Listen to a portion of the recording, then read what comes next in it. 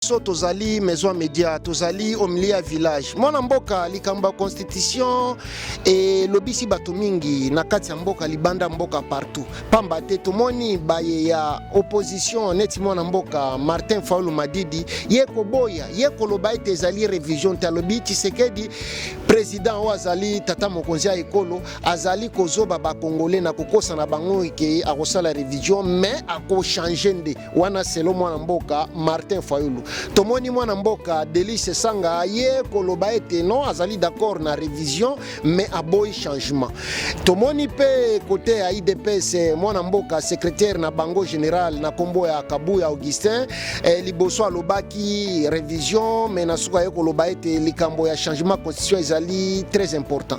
Mwana mboka nini yo koloba pamba te ba congolais bazali na kati ya confusion. Nini ezali boanya pe maele na yo si baye bazali contre na baye bazali pour nini okokikolo. Ouais, ndenge ka na lobara toujours opposition est permis. Mais opposition est permis et opposition faut défense. Il y a les Cambodgiens qui s'opposer. Il faut la clarifier. Il faut yebisa mututo yebisi peuple wana biso ba leader politique et opposition tozali ko s'opposer na changement ou bien révision à constitution wana pour na raison ABC. Bon élaborer ba raison na bino o bokobo ya que constitution que ça soit ezala réviser ou bien ezala changer peuple congolais wana à comprendre bon lo baka eloko moko vague sans pour autant beaucoup détailler yango. Et de même côté, tant que nous changé, tout nous révisé la constitution. Le peuple congolais a causé la connaissance il y a changement ou bien révision de la constitution et après avoir quota la connaissance na yango, ne e causé la valider parce que na minute ezali bango balo babaza ko s'opposer koto biso ba tutoza na pouvoir to ba tozo changer to tozo revoir constitution lisolo ya port ya lobito bisiko yo esangisi ba pays misatu République démocratique du Congo, République ya Tanzanie na République ya Angola. Nini eza makanisi na yo landaki yango nini ko ikoloba siri yango est-ce que ba congolais ba ko bénéficier nango bien ezali kaka système ma TV système atindika chakala. Oui, la logique des choses, trade, donc commerce interrégional, et la bénéficiable na ba région nyonso wana où ils allient na frontière wana. Normalement, la logique des choses, Congo a un droit à bénéficier de parce que ils ont exploitation mutuelle. Il y a 3 pays wana. Eza bien mais ngai accent au narocha na ko soutenir nanu ba accord mususu o eko salama ezala na faveur ya ba pays misatu wana. Joe Biden même si a ko parrainer to aza parrain ya business wana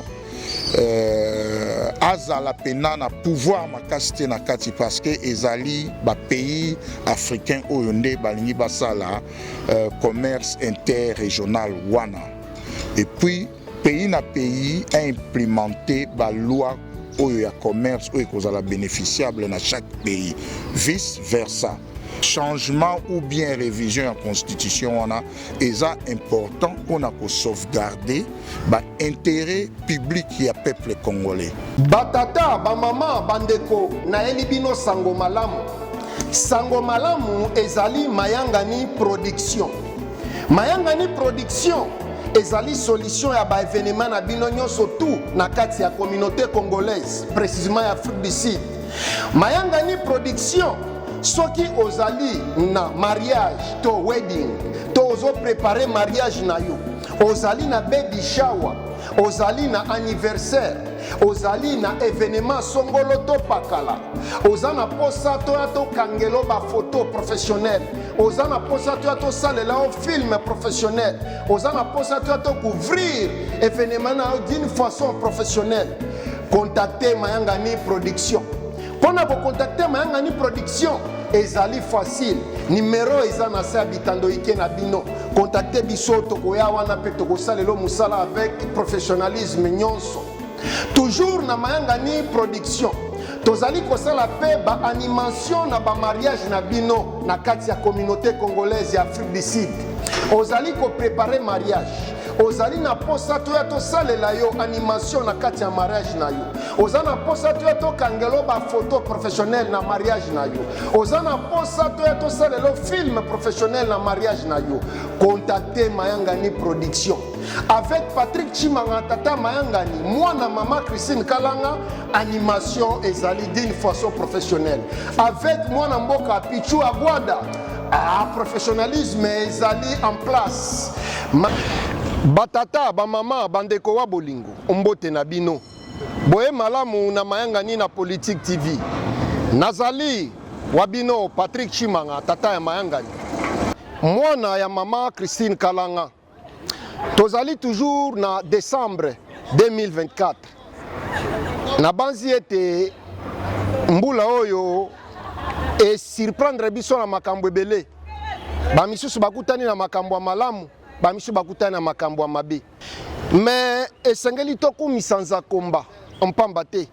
Kozala na bomoi eleki nyonso. Yango tozali kotombela bino ba meilleur ve na bandaku na bino, ba meilleur ve na mabota na bino.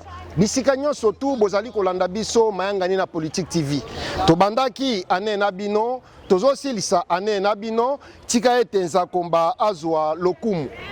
Na koinsiste batata ba mama bandeko bolingo bo s'abonner na chaîne na biso Mayangani na Politique TV. Tomoni bozali kotala biso mingi kasi bozali ko s'abonner muke. Bino ko s'abonner, ko partager, ko liker et ko za la façon ya ko encourager biso. Mpamba te biso tozali bana misala na bino musala na biso ezali kolukela bino ba information ko make sure ete uti na ba source fiable mpeko ya ko manyolela bino yango ndenge to mesana ko manyolela bino yango na kati na Mayangani na Politique TV. Na kozwa bino ngonga mingi te mpamba te tozokende na koyamba mwana mboka maître avocat na kombo ya mwana mboka Papa Etienne Chimbalanga. On peut tokolobela maya politique mpamba te boyebi na kati ya politique mboka na biso République démocratique du Congo mbutu ezali entre baye ya opposition na baye ya pouvoir.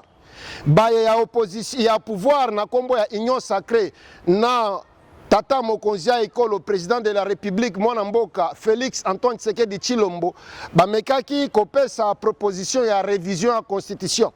Tomoni na ngambu ya baye ya opposition neti mwana mboka Martin Fayulu Madidi na mwana mboka Moïse Katumbi Chakwe mwana mboka Delice Sanga na ba misusu bango ko telemela yango ba misusu koloba ete non ezali mabe Tshisekedi yalingi asala po azwa 3e mandat ba misusu balobi non balingi révision baboyi changement tokomeka kolobela nyonso wana na mwana mboka maître avocat Papa Etienne Chimbalanga.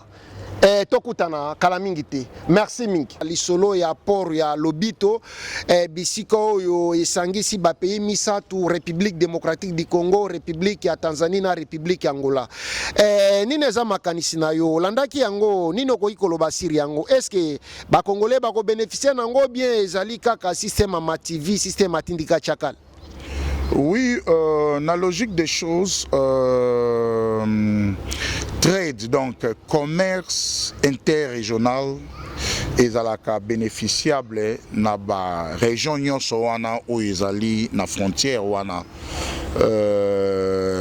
Normalement, na logique des choses, Congo a un droit à bénéficier pena yango parce que eza exploitation mutuelle. Il y a 3 pays wana. Yango omoni na mutuno tuni donc ils ont dirait kaka ki olobi ke na loba pe kaka makambo ya constitution mbala moko. Oui, c'est très important lokola de o kelibo seto ke nango kaka ezali ko pesa mbutu na kati ya Congo loba nanu sima to continent. Donc rencontre wana ya 3 présidents wana, le 2 présidents Angola na République démocratique du Congo, son excellence le chef de l'État Félix Antoine Tshilombo Tshisekedi, son excellence João Lourenço d'Angola, na son excellence Joe Biden oyo ya États-Unis d'Amérique oyo azotika ibonga sikoyo.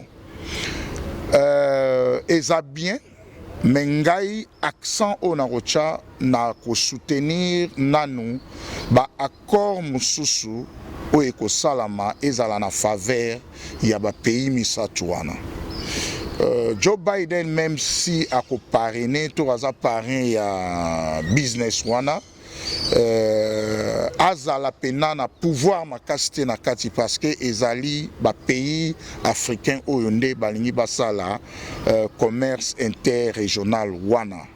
Et puis pays na pays a implémenté ba loi oyo ya commerce oyo kozala bénéficiable na chaque pays, vice versa.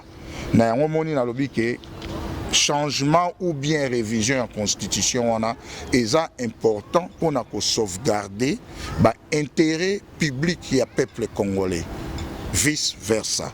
Donc constitution on a protéger bisoto bénéficier na marché au balingi créé entre trois pays wana. Merci mingi mwana mboka batata ba mama bandeko bolingo biso tozali maison média tozali omlia village mwana mboka likamba constitution et lobisi bato mingi na kati ya mboka libanda mboka partout pamba te tomoni baye ya opposition neti mwana mboka Martin Fayulu Madidi ye koboya ye koloba ete ezali révision talobi Tshisekedi président o azali tata mokonzi ya ekolo azali kozoba ba congolais na kokosa na bango ke akosala révision mais changer nde wana selo mwana mboka Martin Fayulu tomoni mwana mboka Delice Sanga ye koloba ete non azali d'accord na révision mais aboyi changement tomoni pe côté ya IDPS mwana mboka secrétaire na bango général na kombo ya Kabuya Augustin liboso alobaki révision mais na suka ye koloba ete likambo ya changement constitution ezali très important mwana mboka nini yo koloba pamba te ba congolais bazali na kati ya confusion nini ezali bwanya pe maele na yo sir baye bazali contre na baye bazali pour nini okoki kolo. Ouais, ndenge ka na lobara toujours opposition eza permis mais opposition o eza permis eza opposition faut défense ya likamboza ili ko s'opposer il faut ezala clarifier. Il faut yebisa mutu to yebisi peuple wana biso ba leader politique et opposition tozali ko s'opposer na changement ou bien révision à constitution wana pour na raison ABC. Bon élaborer ba raison na bino o bokobo ya que constitution que ça soit ezala réviser ou bien ezala changer peuple congolais wana à comprendre bon lo baka eloko moko vague sans pour autant beaucoup détailler yango. Et de même côté, tant que nous avons changé, nous avons révisé la Constitution. Nous avons élaboré, nous avons détaillé, pourquoi raison raison majeure, na raison mineure, il y a qu'à changer, qu'à revoir la Constitution et ezali pona ABCD. Oyo bako informer peuple congolais à cause de la connaissance il y a changement ou bien révision en constitution et après avoir kota na connaissance na yango nde ekozala valider parce que na minute ezali bango balo baza ko s'opposer koto biso ba tutoza na pouvoir to lo ba toujours changer to toujours revoir la constitution ezali juste là ba proposition ezana nous valider que ce soit de l'autre côté et côté à pouvoir. Mais nous avons se pencher plus côté à pouvoir, nous avons soutenir l'initiative du président de la République, na union sacrée, pour nous revoir ou bien changer la constitution.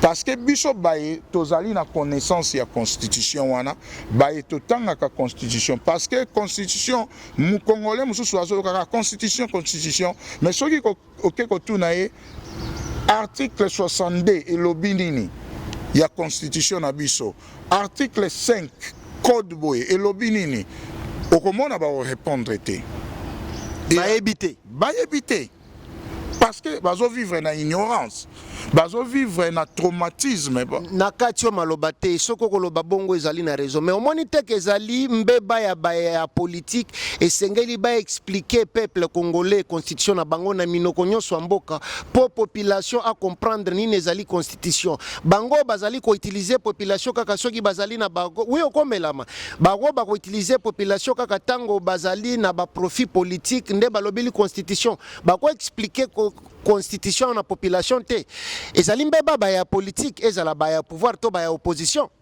Oui, ezali mbeba ya batu nyonso o babengami bayi politique ya mboka, que ce soit na pouvoir, que ce soit na opposition. Mais pouvoir oyo il y a 6 ans, quand même, bazo kosala ba effort, ba informer peuple congolais. Différence, il y a chef de l'État actuel, Félix Antoine Tshilombo Tshisekedi, aza en contact na peuple na direct. Azo yebisa bango ke yo na droit ya boy, yo faut sala boy. Azo yebisa bango. Mais le reste c'est à nous autres, le politicien, ba journaliste ndenge bozali boy ba pandisango, ya ko kende ko yebisa peuple congolais constitution et la kisinini. Nini mibeko li kondi ya mboka et lobby. Bon avantage na yo na ba désavantage na yo. Il faut batangison même na ba kelasi ya lelo, il faut ba quand sa introduction il y a cours moko que ça soit dans l'école primaire, na humanité, na université, na institut supérieur, na centre de formation et comme obligation moko boye surtout na département ya éducation. Nazo beta CT na éducation civique bako makotangisa batu constitution ya mboka. Mibeko likondi ya mboka po bana oyo bazokola bakoko na biso bana na biso bazala deja yebake place oyo yange suki awa ya l'état et bandi awa l'état yeba place ya suki awa ya peuple et bandi awa ekozala malamu yango wana moni développement ya mboka ezalaka tangu mutu akomi enseigner na mibeko ya mboka na ye ayebi ndenge mboka na ye tambolaka ayebi ba droit na ye. Donc, ils ont devoir makasi. Il y a un moment une émission qui autosalaki na Église catholique à Woodstock. Na sengaki, na salaki bapel na lobaki ke gouvernement congolais, ba homme d'affaires congolais au bazali na 6 continents ya monde, bosunga batu ya presse na biso, bosunga mayanga ni na politique. Oyo azali na 1 rand, oyo azali na 1 euro, oyo azali na 1 dollar, oyo azali na 1 yen, oyo azali na mbongo nyonso ya mikili bakotia compte bancaire na bango wana botiela bango parce que gouvernement ezo soutenir bango te. Ba politicien ba opposant wana bazo soutenir bango te batiki bapanzisa ngo délaissé oyo bazali wana ko représenter ba pouvoir en place bazali ko représenter bino ba opposant oyo bango basala ka misala bakutanaka na peuple oyo bino peta mususu okoko comme ministre okoki ko sala 5 ans ya mandat na yo otikala koya pa ya petit peuple te. Alors tozo senga constitution révision et salama changement et salama ou pas mais ba politicien ba opposant batika ko jouer ka ba mot ko sala révision ou bien ko changer eza nango kaka ba mot o ezali ba mot synonyme anonyme o ezali ke révision. Qu'est-ce qu'on attend par revoir quelque chose? Revoir quelque chose, c'est corriger, c'est changer, parce que tant on a employé mot moko ya mabe na synthèse na nga français ou bien anglais, ce qui mowana ezali ko tenir na phrase na nga ité. Qu'est-ce que je dois faire?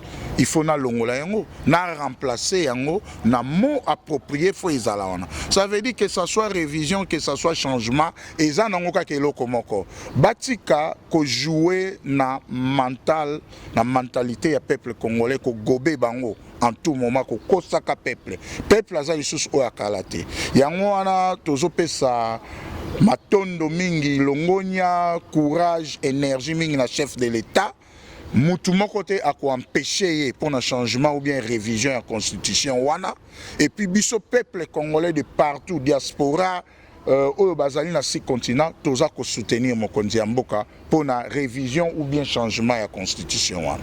Merci mingi mwana mboka batata ba mama bande kwa bolingo tozo pusana na suka ya émission na biso lelo mais mwana mboka avant aussi cette émission lokola momesano tata mokonzi ya ekolo mwana mboka Félix Antoine Tshisekedi Tshilombo ako kende devant parlement devant ba député na ba sénateur pona ko meka ko solola na bango puis ko solola na population to discours devant la nation nini yo zali koloba bolimbisa monoko mozangi makolo kasi mobeta kapeli baku nini yo zali kozela ye aloba selon yo na maye ya politique ezali koleka na kati ya mboka et puis liloba sir bitumba na este o tozali ba victime ya guerre ya agression na part ya Rwanda na Uganda nini ozali kozela na mwana mboka tata mokonzi ya ikolo aloba na parlement ya liboso kaka oyo ndenge na oti koloba awa mokonzi ya mboka son excellence Félix Antoine Tshisekedi Tshilombo. D'abord, coup de chapeau à Zamobali. Azobunda bitumba oyo, celle contre tous. Mais peuple congolais toza simanae. Akende na parlement, aïe bisaba parlementaire congolais que voilà, tozo devoir peuple congolais de beaucoup de choses. Pendant les 60 années passées inutilement, n'a pas conflit inutile. N'a pas guerre nulle part. Président Azwa, autorité naïe étant que président de la République, Azo Lobanabana naïe.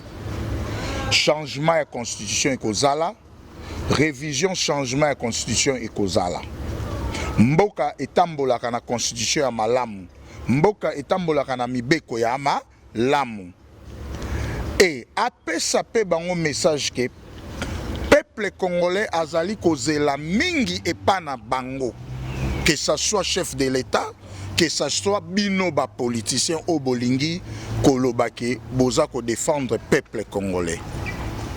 Aye bisa bango na parlement que peuple wana ti lelo azo souffrir, peuple wana azo la libanda, peuple wana za na mboka ya bapaya. Président de la République a parlé sur diaspora pays. Président de la République a meka ko instruire ministre des Affaires étrangères na ministre ya justice basala ba procédure moko ya rapide pona ko sauver peuple congolais oyo abimaka mboka pona ba guerre oyo abimaki mboka pona ba instabilité politique bazali banda malgré tout bazana statut ya HCR mais pays akoki ko réclamer peuple nae azonga na mboka nae na ba condition moko réunis et puis ministre affaires étrangères ministre de justice ba meka ko sala effort na ministre ya parlement représentant République démocratique du Congo na SADC parce que biso toza ko faire partir ya SADC mais na yebite bénéfice ni yango biso to bénéficier na SADC que ça soit en matière économique ou bien en matière sociale ou bien politique parce que tovandi awa batu bazali toujours na statut ya ba demandeur d'asile, batu bazali toujours na ba statut ya ba réfugié, batu bazali sans document awa na mboka oyo et puis batu bazali na ba tracasserie moko impossible. Donc ezali devoir ya ministère affaires étrangères, devoir ya président de la République garant de la nation asa la ba suivi moko rapide parce que azali na population na ye et belé oyo balingi ye bazali banda bazo souffrir azwa kana bango alo bango pe na parlement ba créer commission moko mix oyo ekoya et travailler na ACER et travailler na ba gouvernement oyo peuple congolais azali par-ci par-là na six continents et monde déjà qu'Afrique du Sud mais toko senga ka Afrique du Sud ezala na priorité makasi parce que peuple congolais azo kufa jour et nuit suivi ezate ambassadeur na biso moulaja fidèle auto kanisa ki ako servir République démocratique du Congo na ndenge toza awa ambassade ezo sala musala moko ya malongate il faut ba passeport ezate ba famille ezala ko panzana pona ba passeport bolimbisi na kati yo maloba mais esengeli pe olobela yango à part passeport eza nango document selon ba information baza na problème moko technique na mboka eza ekoya mais problème ezali peuple congolais malgré tout nous sommes des demandeurs d'asile il y a des réfugiés mais cela n'empêche que ambassade na biso ba négocier na ACER ndenge ambassadeur Angola et salaki avant départ ya Eduardo ndenge ba régularisaki ba document pour na ba angolais. Donc c'est de même que ambassadeur na biso président de la République ministre affaires étrangères ministre de justice na ministre auprès ya SADC oya représentaka Congo na SADC ba représentant na biso batala nanu likambo wana na lombango mokonzi ya mboka na ba etando ya biso oyo ya ba journaliste ya mayanga nini ya politique ameka pe kolanda biloko toza kosenga ba régulariser mikanda akata makambo wana ya ba refuge asala ndenge Angola esali bapesa biso mikanda ndenge basala ya ba Zimbabwe parce que tozali na ba coopération bilatérale na Afrique du Sud. Afrique du Sud est bénéficié na Congo étant que membre de SADC. Afrique du Sud est allé dans investissement na Congo vice versa. Mais peuple congolais a souffert, a abandonné. Yangwana na zako c'était président de la République ba priorité oyo tozo senga na katia parlement mkolokoloba otala bakawana révision de la constitution, changement de la constitution kotala bakaya diaspora congolaise au bazali partout mais priorité Afrique du Sud parce que ba yebi ba condition ni peuple congolais azo vivre na Afrique du Sud yango no moni ba ka otozo vivre oto solola ki selon vie ya ba peuple congolais na diaspora yango no moni batu bazo sala ba crime ba bakambo oto bandaki nango mission moni ke motu aligi asala eloko moko po ba yokele mawa azala victime or aza victime te yango na pe changement ya constitution maloba président koloba na parlement président ako délégué ba commission mixte aner ya mboka baya ko vérifier batindaka biso ba aventurier awate po ambassade et fonctionnaire malamu te peuple congolais okende na ambassade na ambassadeur to ba travailleur ambassadeur bazali ko chosifier bango bazomona bango neti biloko bazobenga na peuple congolais na ambassade balingi koyoka peuple congolais te bazali ko dicter peuple congolais alors bas revoir pe eloko wana ba partager ba départager pouvoir ya fidèle Moulaja Binene o azali ambassadeur ya République démocratique du Congo na Pretoria bakabola pouvoir na ye Cape Town ezali une grande ville baluka ba débattre pe sujet ya kofongola consulat awa na Cape Town parce qu'il y a de volontaires au Bazali na Mbongo, Balingi va représenter RDC na Cape Town parce que c'est une grande ville touristique, une grande ville économique, ça peut Makassi, une forte population ya peuple congolais tozali awa président Amona ndengeni bakoki ko engager démarche ya kosala consulat awa. Merci mingi na banzie témoin na mboka tata mokonzi ya ekolo président Félix Antoine Tshisekedi Tshilombo message koko melayi soki message komeli o témoin na mboka tata mokonzi ya ekolo président de la République Félix Antoine Tshisekedi Tshilombo ba union sacrée bo komisela biso message ya mayenga na politique TV pa ya président entourage ya président bo komisela biso message ya mayenga na politique TV pa ya président na banzi ete tokomi na suka mwana mboka bambote ya suka toza na fin de l'année puis soki na ozana likambo tolo tutuna kite ozana posa koloba okolobango et puis opesa bambote na baoya yo et to clôturer émission pona lelo na pesika ndenge na loba ina bandeli ba joyeux Noël d'avance ba meilleur vœu ba fête ba bonne fête de nouvel an 2025 na ndenge tozo clôturer année 2024 en beauté. Na souhaité diaspora congolaise, ba camarades, bandeko, famille Chimbalanga, famille Mokuma, Kiki Kaembe de Paris, serviteur ya peuple congolais, ba bonne santé, tout vivre année 2025.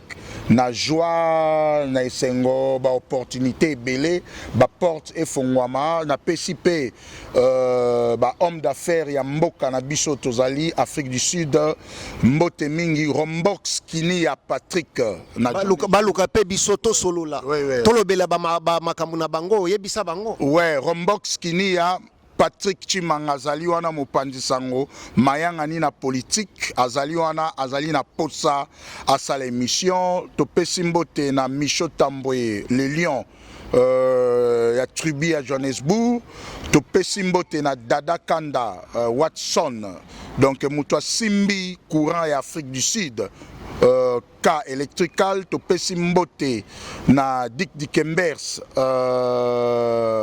manager ya KLM logistique mayanga ni na politique akosala yo surprise akokota na agence na Woodstock au préparer enveloppe na bango bazana besoin ya matos Donc média nde esalaka développement ya mboka, média nde elevaka nation, média etambolaka ensemble na justice. Tozana mining indaba ya 2025, to souhaiter bienvenue na ba officiel ya gouvernement congolais au bakoya, mayanga ni na politique azozela bino. Premier ministre Judith Swamina, excellence, ministre Yamin, Mama Fifi Masuka, gouverneur Jacques Kiaboula, les autres gouverneurs, Batunion Soyamin, Obokoya, Mayanga na politique, Akoyamba bino, Akosala ba interview na bino, Koye bandenge nini, évolution ya mboka ezali, ba minéré ya mboka, ezotambola ndenge nini, pour ne pas monopoliser la parole, en tout cas, bonne année, ba joyeux Noël, peuple congolais.